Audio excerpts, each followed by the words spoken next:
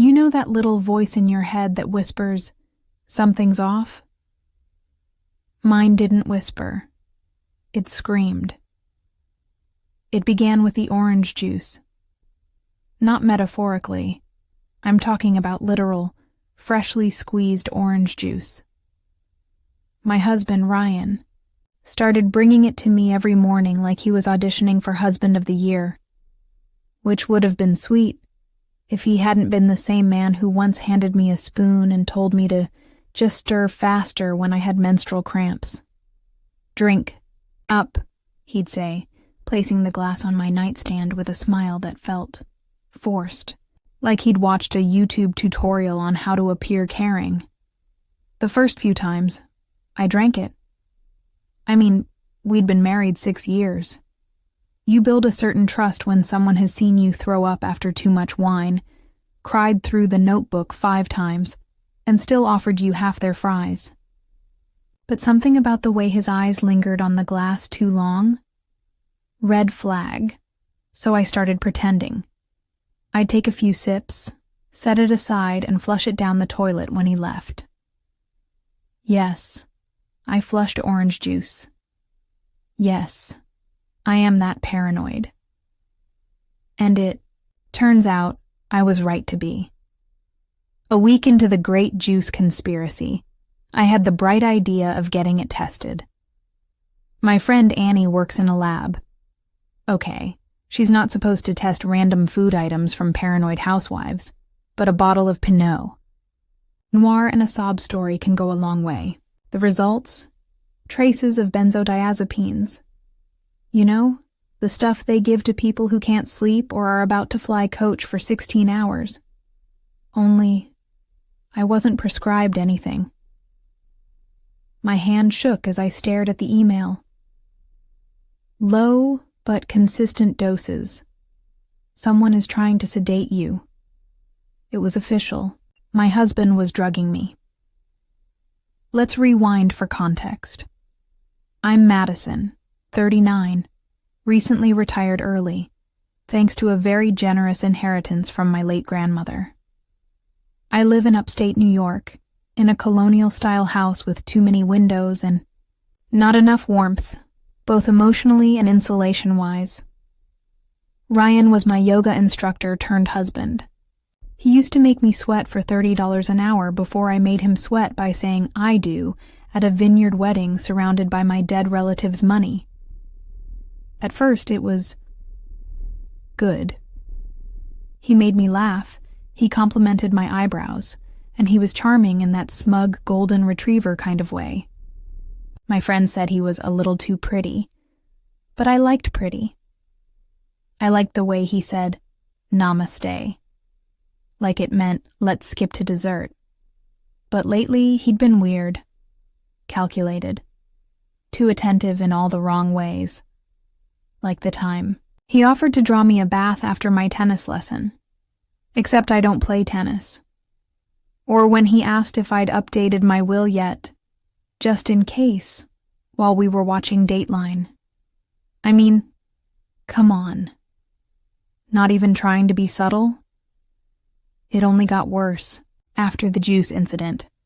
One night, I caught him Googling, "How long does it take for sleeping pills to kick in?" He claimed it was for a character in a screenplay. Since when does a yoga instructor write screenplays? Then came the pool accident. Oh yes, the accident. Our pool is deep, like Jennifer Lopez in the early 2000s deep. I've always been a strong swimmer, but the night Ryan suggested a moonlit dip, something felt orchestrated. He lit candles, played Marvin Gaye, poured me a drink. But I didn't drink it, of course. I only pretended to, and poured it into the planter behind me when he went to get towels. Once in the pool, he swam up to me, pulled me in for a kiss, and then shoved my head underwater. For one terrifying second, I thought, this is it. But remember, I'm a strong swimmer, and more importantly, I don't trust him anymore. So I was ready. I kicked him in the stomach and swam to the other side, coughing, sputtering, pretending it was a game. "You okay, babe?" he said, panting. "Didn't mean to scare you." "Oh, Ryan," I said, smiling. "You're so playful." Inside, I was planning his funeral. Now don't get me wrong. I'm not naive. I didn't marry a broke yoga instructor without a prenup. But money changes people. Or maybe it reveals them. Ryan had been getting antsy, asking a lot of questions about liquid assets, commenting on my life insurance policy like it was the weather, asking, too casually, about the cliff trails near Bear Mountain. And then came the car. One night, I was driving home from book club, real book club, not wine club pretending to be book club, and the brakes on. My Mercedes started acting funny, like screeching in a straight line funny. I pulled over, called AA, and guess what? The brake lines had been tampered with. According to the mechanic, someone had cut them halfway, so it wouldn't be obvious right away. I nearly vomited on the spot. The driver's seat still smelled like that lavender spray Ryan likes to use when he details my car. That was when I started writing everything down. Keeping records, voice memos, screenshots. I installed a hidden camera in my bedroom. Another in the kitchen. I knew I needed evidence, not just for the police, but for the eventual Netflix adaptation. Oh, and I started acting off, forgetful, dizzy, weak. If he was trying to poison me, I'd let him think it was working. "Think I'm getting sick," I said one morning, clutching my stomach like a soap opera actress. "Really? Maybe you should lie down," Ryan said, way too quickly. A week later, I faked a fainting spell, fell right in the hallway while he was watching Shark Tank. He didn't even get up. Another day, I asked, "Would you still love me if I had a terminal illness?" He blinked, then smiled. "Of course, baby." He said it like he hoped I did. Then came the kicker. I found the insurance documents. He'd taken out a second life insurance policy on me, without my knowledge. It was in a drawer in his office, hidden under a folder labeled Vacation Ideas. Bold. Very bold. $2 million. $2 million. Enough to make a man forget his vows. But here's the thing, Ryan. If you're going to kill your wife for her money, maybe don't leave a digital trail longer than the Oregon Trail. Emails to a lawyer friend. Search history full of how to induce cardiac arrest with household items. Even a draft of a new will he forged in my name, naming him as the sole beneficiary. The man couldn't even spell beneficiary right. So now I had a choice. Could go to the police. But I'd watched enough true crime to know that without physical evidence, they'd shrug and say something infuriating like, "Maybe you're just stressed." Or I could flip the script, play the game, give him a taste of his own Xanax-flavored medicine. And oh, I was going to. One night, after he brought me yet another glass of his special sleepy juice, I smiled and said, "Hey, let's take a trip to the cabin this weekend. Just us. No phones, no distractions." His eyes lit up like a sociopath on Christmas morning. "Yeah," he said. "That sounds perfect." Perfect indeed, my darling. Because if you're going to try and kill your wife, you better pray she doesn't catch you first. And if she does, you better pray she doesn't enjoy revenge as much as I do. There's something inherently sinister about a cabin in the woods. Maybe it's the creaky floorboards, or the way the trees seem to whisper at night. Or maybe it's because murderers love a rustic aesthetic. Either way, as we pulled into the gravel driveway of Ryan's special getaway spot, I had one thought. This man really thinks I'm going to die here. I almost laughed. Almost. But I didn't want to ruin the surprise. Let me rewind a bit. After discovering the forged will, the hidden insurance policy, the sabotaged car, and the trace tranquilizers in my juice, I decided that if Ryan wanted a horror movie, I'd give him one. Except this time, the final girl wasn't going to be running barefoot in the woods. She was going to be smiling when the credits rolled. The cabin was 2 hours from our house in upstate New York, surrounded by nothing but trees, raccoons, and the occasional axe-wielding serial killer in flannel. Ryan was in high spirits the whole drive. He even packed a picnic basket, like we were in a Nicholas Sparks novel and not on a one-way trip to my murder. "We'll disconnect from everything," he said as we pulled up. "Just focus on us." He said it like he didn't already know. I was focusing entirely on him. The cabin itself was cliché. Stone fireplace, plaid blankets, taxidermy deer heads judging us from the walls. He poured me wine, opened the windows to let the fresh air in, lit candles. And I thought, wow, he's really setting the mood. For my funeral, I played along. "Babe," I cooed, swirling the wine but not drinking it. "This place is amazing. Romantic." He smiled. "I thought you'd like it." I bet he did. Especially since there was no cell service and the nearest neighbor was a retired Vietnam vet who couldn't hear a grenade go off, much less a woman screaming. That night, he made me pasta. Fettuccine Alfredo. Comfort food. Thick, creamy, and perfect for hiding a handful of crushed pills. But I didn't eat it. Of course I didn't. I'd swapped our plates when he went to the bathroom. A little sleight of hand. It was a gamble. But he ate his meal like a man who didn't know he'd just taken enough sleeping pills to put down a bull elephant. 20 minutes in, his eyelids got heavy. He blinked hard, then again. And then he slurred. "Mads, you feelin' sleepy?" He tried to smile, but his mouth didn't cooperate. I tilted my head, mock concerned. "You okay, babe?" His eyes rolled back a little. He slumped forward, face planting into his untouched plate of pasta. I stood and clapped once. "Bravo," I whispered. "You almost got the Oscar." Now, let me be clear. I didn't kill him. I drugged him, tied him to a chair, took his phone, took photos of everything.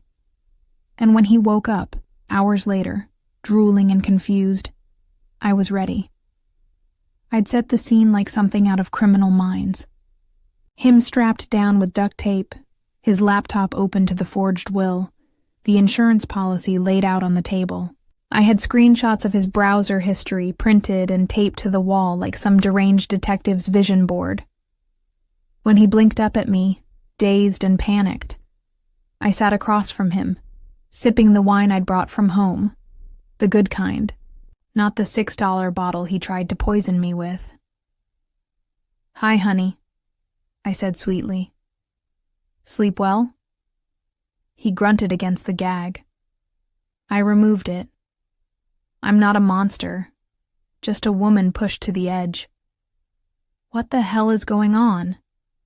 He coughed. "Oh, Ryan," I sighed. "Do you want the short version or the Dateline special?" I gave him the whole rundown. The pills, the pool, the breaks, the insurance, the camera footage of him slipping something into my drink, the Googled questions about murder. His face went pale. And then, unbelievably, he tried to laugh. "This is insane," he said. "You're insane." I clapped again. "Excellent. Gaslighting. I was wondering when we'd get there." Then I dropped the real bomb. I'd sent copies of everything to my lawyer, Annie, and 2 of my nosiest book club friends. If anything happened to me, they'd go straight to the police with enough evidence to send Ryan to prison for the rest of his sad little life. "But don't worry," I added, leaning in close. "I'm not going to the police." He looked confused, hopeful even. "No. See, that would be too easy. Too neat. You don't deserve neat." For the next 2 days I kept him in the cabin, fed him, let him go to the bathroom. I wasn't a monster, remember? Just creatively angry. He cried, begged, swore it wasn't what it looked like, claimed he'd never hurt me. I just stared and took notes. I needed him scared, broken, hollow. I wanted him to feel the way he tried to make me feel, helpless. And then, on the 3rd morning, I let him go. Just like that. No explanation, no warning. "Get in the car," I said. "We're going home." On the way back, he was jittery, terrified. He kept checking his phone, which, surprise, surprise, was now full of fake text messages and emails I'd accidentally left open, evidence that I'd told multiple people everything. He didn't speak the whole ride. When we got home, I made him coffee. Black, bitter, poison-free. He didn't touch it. Good boy. "I want a divorce," I said calmly. "You'll sign everything I give you. You'll leave with nothing. Not even the yoga mats. And if you breathe a word of complaint to anyone, I'll leak everything to the press." He stared at me, stunned. Then he whispered, "You're evil." I smiled. "No, darling. I'm married to evil. I'm just adapting." But here's the best part. The pièce de résistance. The cherry on the go-to-hell sundae. I had already filed for divorce weeks ago. I'd changed all the passwords, transferred the house to my name only, froze the joint accounts, and, in a stroke of genius, recorded every one of his murdery conversations on a hidden mic I sewed into my bra. Thanks, Pinterest. Then, I did the most American thing possible. I threw a divorce party, that's right. I invited all my friends, book club, Pilates class, even Annie from the lab. We had champagne, balloons that spelled "bye loser," a cake with the words, "I survived my husband's murder plot and got the house." I even invited Ryan. He didn't come, obviously, but I sent him photos, every single one. People always say revenge is a dish best served cold. I disagree. It's best served with a camera, a lawyer, and a killer outfit. Let me start by saying something that might sound cold. I didn't want Ryan dead. I wanted him ruined. Dead is simple. Dead is quiet. Dead doesn't cry when the judge slams a gavel and says, "You, sir, are the worst kind of coward I've seen in 20 years of criminal court." But I'm getting ahead of myself. Let's rewind. After the Great Cabin Incident, TM, where Ryan learned the hard way that I was neither stupid nor submissive, he crawled back to civilization with the grace of a drunk possum. He was pale, twitchy, and for the first time in our marriage, silent. The man who used to monologue about crypto and CrossFit now walked on eggshells like they were made of TNT. I filed the official divorce papers the Monday after my party. Made it public. I wanted the world to know. This man tried to kill me, and I still outsmarted him in heels. Ryan, of course, tried to save face. He begged, then threatened, then begged again. He even tried to tell people I was the crazy one. Classic. But it was hard to keep that narrative going when screenshots, emails, bank records, audio clips, and a video of him whispering to someone on the phone, "She won't make it past the cabin, man," started showing up everywhere. Oops. Now, here's where things got delicious. Remember that forged will I found? The one where Ryan made himself the sole beneficiary of my estate? Turns out, he'd taken out a second life insurance policy in my name. Not just one, not two, 3. Total value, $2 million. All of it signed fraudulently, witnessed by 2 of his golf buddies who now couldn't lie their way out of a parking ticket. I handed everything over to my lawyer, Annie, who I now refer to exclusively as Queen Slayer of Dudes. She took one look at the folder and said, "We're not just getting a divorce. We're going to war." The trial came 6 months later. 6 long months where Ryan still roamed free, but couldn't so much as order a pizza without someone from my Pilates class glaring at him like he was a cockroach in a tuxedo. Played it calm. Collected. The grieving almost widow with good posture and killer dresses. When the trial finally opened, I brought my A-game.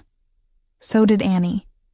We had voice memos, screenshots, a video of him buying tranquilizers under a fake name, Todd. Rambo. Subtle, right?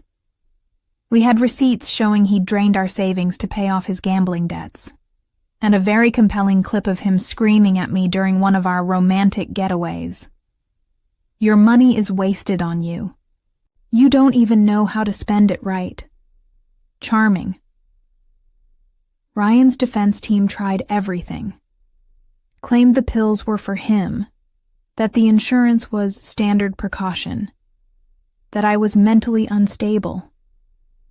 That last one almost made me snort laugh in court. Yes, I was unstable. Unstable like a grenade with a diploma and a bulletproof case file. It took the jury 4 hours to come back with a verdict. Guilty. On 3 counts of attempted murder, fraud, insurance manipulation, forgery, conspiracy. The judge, bless her judicial soul, looked at Ryan like she was about to fumigate him. "You plotted the death of your wife with all the finesse of a B-movie villain," she said. "You weren't just greedy, you were sloppy. And thank God you were, or we wouldn't be here." Ryan cried, like full snot sobbing. It was pathetic. Beautiful. He was sentenced to 27 years without parole, and that's where most stories would end. But not mine. See, while Ryan was trying to plan my death, I was planning something else. Remember my grandmother? The woman whose inheritance Ryan was so desperate to get? She didn't just leave me money. She left me land. In Colorado. A lot of it. Untouched. Valuable. And, this is where it gets good, sitting on a parcel that recently got rezoned for commercial development. Translation. Oil companies came knocking. While Ryan was in prison trying to barter ramen for protection, I was closing deals with men in suits who called me ma'am and maestro in the same sentence. I sold the land for $6.4 million. I took a trip to Greece with Annie. First class. We drank champagne at 35,000 feet and toasted to bad men with worse plans. I bought a house on the coast, floor-to-ceiling windows, ocean view, not a single taxidermy deer in sight. I wrote a book, a memoir, title, How My Husband Tried to Kill. Me and accidentally made me rich. It hit the New York Times bestsellers list in 2 weeks. Netflix called. I sold the rights.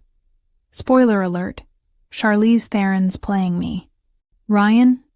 They cast a B-list actor who once played a corpse on CSI, Miami. Fitting. But the final nail in Ryan's coffin came last week. I hadn't planned it. Didn't need to. It was just a bonus. I got a letter from the warden of the prison. Apparently, Ryan had been running his mouth inside, telling people how he could have gotten away with it if he'd just used more poison, or if she hadn't been such a sneaky bitch. Word got out. Inmates aren't fans of wife killers, especially rich ones who think they're smarter than everyone else. He got a broken jaw, 3 cracked ribs, nothing fatal, just humbling. I sent him a card, just a blank one. Inside I wrote, "Smile, you're still on camera." So yes, I didn't want Ryan dead, but I wanted him buried, not underground, but under the weight of his own ego, under legal fees, lawsuits, and shame, under my heels as I walked away from him in the courtroom, head high, assets intact, wearing his favorite tie as a belt. Irony is fashion now. Didn't you hear? People ask me if I miss him. No. I miss the girl I was before him. The girl who second-guessed herself, who smiled through warning signs, who ignored instincts because he didn't mean it. But that girl's gone, buried at the same metaphorical cemetery where Ryan's social life now lives. Now, I host seminars for women about financial autonomy, legal literacy, digital security, and how to poison-proof your fettuccine alfredo. We laugh, we cry, we drink, we toast to surviving. Ryan once said, "You'll never survive without me." Funny, because now I thrive because of him, and he'll spend the next 27 years watching me do it, from behind steel bars with a broken jaw on a prison TV that only gets basic cable. Poetic, isn't it?